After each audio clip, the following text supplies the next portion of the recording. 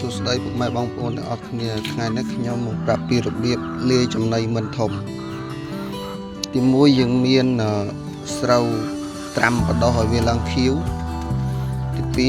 2ស្រូវត្រាំបដោះវាឡើងប៉ុណ្ណឹងអាហ្នឹងយើងមានឧទាហរណ៍អានេះយើងមានដូចជាធំថេតស្មៅអីយើងកិនលាយគ្នាបានហើយយើងដាក់ស្រូវប៉ុណ្ណេះមកទី3កតក់ទី4បបរត្រាវដូចខ្ញុំធ្វើវីដេអូមុននេះបបរត្រាវដើមត្រាវហើយយើងច្បល់ចូលគ្នាទៅច្បល់ឲ្យវាចូលសពសាច់ទៅហើយយើងថែមរសជាតិដូចជាថែមអំបិលបន្តិចមកថែមជាមួយខ្លាញ់បន្តិចមក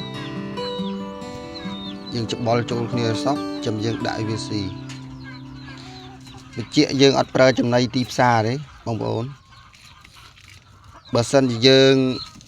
មានខ្យងបងប្អូនខាងបងតំបន់បងប្អូនមានខ្យងអាខ្យងពងក្រហមយើងដំអីយើងកិនវាយចូលគ្នាជាមួយស្មៅនេះ